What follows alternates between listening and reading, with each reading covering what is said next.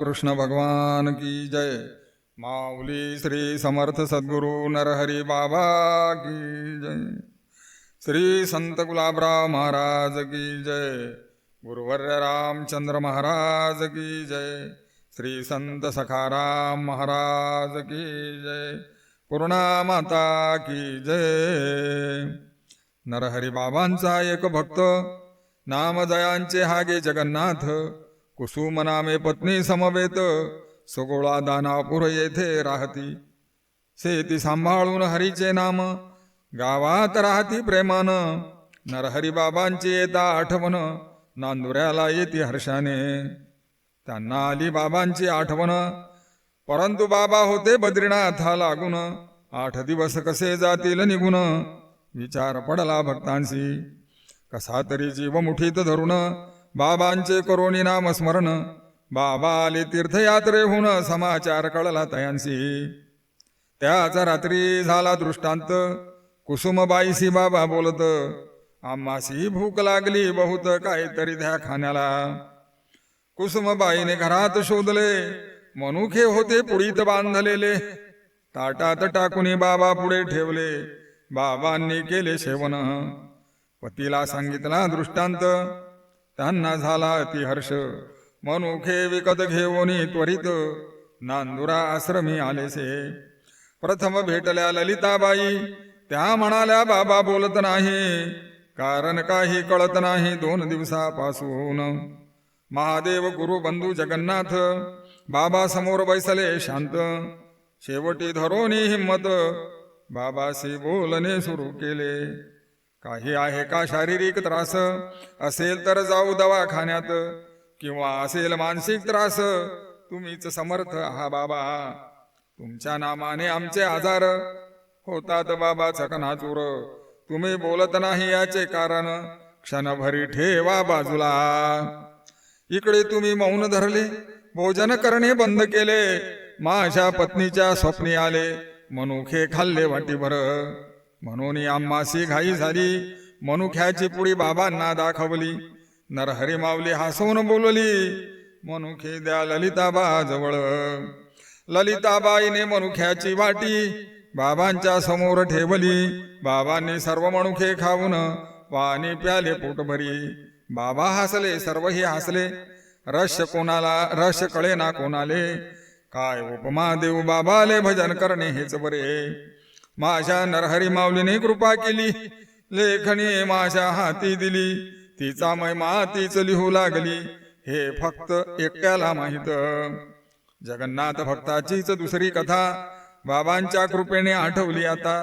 एकाग्र करून या चित्ता, अति प्रीतीने ऐकावी। ही कथा जेव्हा ऐकली, तेव्हा माझी दुनिया बदलून गेली। आपल्या भक्तासी कैसे सांभाळी, नरहरी माऊली समर्थ। तुका म्हणे भक्ती शुळावरील पोळी, भक्त होतो उदास कधी काढी। ऐशा समयी श्री नरहरी माऊली अनुभव देती नवे नवे। मी आणि माझे महाकठीण, याचा विसर पडतो फक्त हरिनामान। एरवी योगा आणि ज्ञानान, मी व माझे अधिक वाढते। उचित कर्म सोडून दिले, पैसा व प्रसिद्धीच्या मोहात फसले। कोणी चमत्कारात अडकले, हरिनाम राहिले तैसेच। कुणी गंडे दोरे अंगारा देती, भविष्य सांगून लोकाबुल वाढती। वाम मार्गाने पैसा मिळविती, शेवटी जाती नरकात। नरहरी माय नाही तैसी, हरीच्या नामात झाली पिसी। तिच्या कृपेने नेनो किती, नामधारक झाले तयार। ऐका आता दुसरी कथा। दिवसभर शेतीचे काम केले, गाई म्हशीचे दूध काढले। डेअरीवर ते पोचवून दिले, काही ठेविले स्वतः करता। रात्री हरिपाठ भजन करून झोपी गेले शांततेनं। जगन्नाथ भक्तासे पडले स्वप्न, भागवताला गेले बाबांच्या। स्वप्नात गेले बाबाच्या भागवताले। बाबांचे ऐकले काल्याचे कीर्तन, दही हांडीचा सोहळा छान। पावल्या फुगळ्याचा रंग महान, महाप्रसाद घेतला। हे स्वप्नात झालं सर। घरी येताना भक्त मंडळी नरहरी बाबा समोर बैसली। जगन्नाथ भाऊकडे पाहुणे नरहरी बाबा बोलले। स्वप्नात दिसलं असं, स्वप्नातच बाबाच्या पुढे बसले। स्वप्नातच बाबा जगन्नाथ भाऊले काय म्हणतात, तुमच्या पाठीवर 2 गोचिळ रक्त पितात थोडं थोडं, ते काढून टाकावे लवकर, आमचे बोलणे कळते का. प्रथम गोपाल कृष्णाचा गजर, नंतर नरहरी बाबांचा जय जयकार. भक्तासी करोनी जय हरी घरासी आले निघून. कलियुगातला माणूस पैशाने गिळला, स्वप्नातही पैसाच दिसतो त्याला. कशाचा कृष्ण कशाचा संत, मरणाची याद नाही कुणासी. जगन्नाथ भाऊ आंघोळीला बैसले, रात्रीच्या स्वप्नाचे स्मरण झाले. पत्नीला त्यांनी प्रेमाने बोलाविले, कुसुमबाई आली धावत. काही भक्त नवरात्राचे उपास करती, पत्नीला मात्र काठीने मारती, जाळून टाकती, फारकती देती. हीच का आंबेची उपासना. कीर्तनाला तू जाऊ नये, कारण तुझा देव मीच आहे.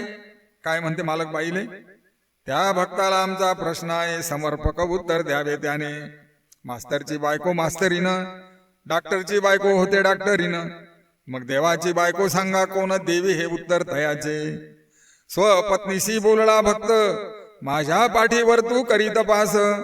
जरी दिसले 2 गोचिड तुझ, तोडून फेकावे बाजूला. तिने पाठीवर निहाळून पाहिले, 2 टपोरे गोचिड दिसले. हसवावरे ना कुसुमबाईले, म्हणे नरहरी बाबा अवतारी. जय जय नरहरिमा म्हणून 2 गोचिड दिले फेकून. त्या जागी खोबऱ्याचे तेल लावून देव्हाऱ्या पुढे बैसली. चिपोळ्या हातात घेऊन सुरू केले नामस्मरण. मनात म्हणे नरहरी भगवान, स्वप्नात येऊन सांभाळतो. मग जागृतीत ज्यांच्याशी संवाद केला, कोण वर्णन करील त्यांच्या भाग्याला. मात्र जन्मभर आदर पाहिजे केला. नरहरी बाबांच्या शब्दाचा, जवळी देवाच्या अर्जुन. परिप्राप्ती नाही जाण, ऐसे अभंगात वर्णन स्वतःच केले बाबांनी. अहो देवाचा महिमा कळला असता, धुरे घननीळ बसविला नसता. कृष्णामुखे गीता अर्जुने ऐकली, त्याचा हा परिणाम असे हो. म्हणून जावे संताकडे, त्यांच्या मुखानेच ऐकावे सगळे. तेव्हाच भगवंत यथार्थ कडे. गुलाबराव माऊली सांगते. आता 3री कथा. मनुष्य देही अवस्था 3, बालपण तरुण म्हातारपण. विचारवंताच्या मते मधली जाण अति महत्वाची असे हो. कोणी जागतिक खेळाडू होती, कोणी मिलिटरीमध्ये जाती, कोणी पत्नीच्या छंदाने नाचती, काही होती संशोधक. नेमका याच वयत संजय क्षीरसागरला जोशीबा खरा सद्गुरू भेटला. त्यामुळे वैराग्याने पेट घेतला, मन रमेना कशात. वय लग्नाचे होते, पण अद्याप लग्न झाले नव्हते. अशा अवस्थे संजय एकटा गुजरात प्रांती गेलासे. तेथे दयालू स्वामी संत गेला तयांच्या आश्रमात. पहारेकऱ्याची चुकवणी नजर स्वामीच्या खोलीत प्रवेशला. स्वामी पुढे हात जोडून बैसला. पहारेकरी एकदम धावत आला. संजयशी दटावून बोलू लागला. स्वामी म्हणाले, अरे शांत हो, जय विजयाची कथा नाही का माहित. अरे भक्तिभावापुढे नियम सारे तुच्छ. संजयचा अधिकार आहे मस्त, तुझ्या जागेवर तू निघून जावे. स्वामीचा ऐसा होता नियम. दयालू स्वामीचा असा नियम होता.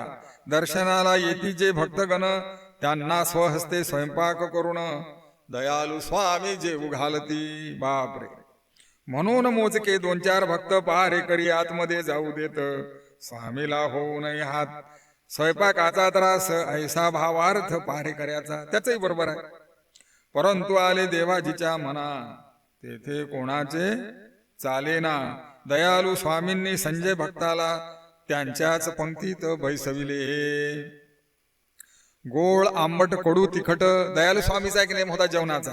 गोड आंबट कडू तिखट सर्व करोनी एकत्र. घरासोग्रासी गोविंदाचे नाम भोजन केले स्वामींनी. भोजनोत्तर गेले दर्शना. संजूभाऊ पुन्हा गेले बाबाच्या जवळ. भोजनोत्तर गेले दर्शना. स्वामी देती आशीर्वचना. संजय तू बळा अच्छा कारागीर बन जाएगा. स्वामीचे झाले सत्यवचन, पैशाची कमी नाही जाण. म्हणून मनुष्य देही संत दर्शन अवश्य केले पाहिजे. वैराग्याने घेतला पेट. हा अनुभव संजूभाऊले आला. नंतर ते साधूकडे नेहमी जात. त्यांचे गुरु जोशीबा नेहमी त्याला संताकडे ने. वैराग्याने घेतला पेट. करुणोपकरणी ऐकली गोष्ट. अकोला येथे अनंत बाबा संत विदेही परमहंस कोटीचे. त्याच्या कानावर आले की अकोल्याला अनंत बाबा आहेत आणि ते विदेही आहे. गजाननाला चिलीम प्यारी, शनिदेवाला तेलाची आवडी. अनंत बाबा पुढे लाडूची टोपली. संजय क्षीरसागरने पाहिली दुरून, गेले अनंत बाबाकडे. अनंत बाबाच्या पुढे लाडूची टोपली भरेल होती. बाबा पुढे भक्त असंख्यात, संजय ही बैसे त्यात. अंगात झबला घातलेले स्वरूप, वाहू लागला आवडीने. थोड्या वेळात चमत्कार झाला. अनंत बाबांनी लाडूचा ग्रास घेतला. तोच लाडू संजयला दिला, काय ते भाग्य वर्णावे. कधी पाचले गावकरांच्या आश्रमी, कधी जोशिबा संगे कीर्तनी. मुक्तेश्वराश्रमे मुक्कामी, बरेच वेळा राहावे. सद्गुरूच्या कृपेने हे घडले, म्हणून संजय भाऊच्या मनी आले. बाबांच्या कॅसेट भागवतास केले, पुंडलिक नगरात खामगावी. गाथा पारायणा गुलाबराव माऊलीचे गाथा पारायण 7 दिवस केले अतिहर्षान. रात्री होय हरी कीर्तन, हरिपाठ आणि काकडा. खरे म्हणजे हा सोहळा नरहरी बाबांनीच करून घेतला. दही हांडी फुगड्या काल्याचे कीर्तन बाबाचे. गाथा पारायणाला कोण कोण, वेरुळकर व काटेबा दोघे जण. तिसरे साक्षी नरहरी भगवान, गीता काटे होती सेवेला. श्री नरहरी माऊलीच्या कृपेनं उर्वरित चरित्राचे झाले वर्णन. भारत माता झाली धन्य धन्य, जय नरहरी मा मंत्राने. गोपाल कृष्ण भगवान की जय. माऊली श्री समर्थ सद्गुरु नरहरी बाबा की. श्री संत गुलाबराव महाराज की जय. गुरुवर्य रामचंद्र महाराज की जय. श्री संत सखाराम महाराज की. पूर्णा माता की जय.